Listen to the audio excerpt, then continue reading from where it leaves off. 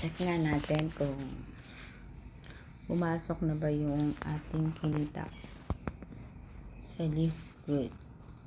Okay, click Live Good. Username. Naka-auto login. Oops. Ano yan? Close. Punta tayo sa earnings.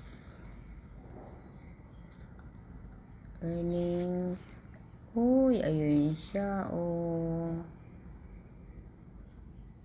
Ayun, pumasok na nga siya. Kasi meron akong pinasok na so ayun yung commission niya na 100.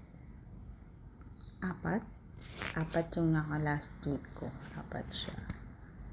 So ito naman yung ngayon ko. Ito yung nakaraan.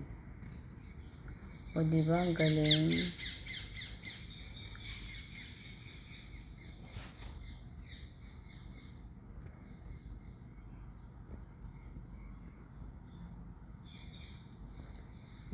Referral.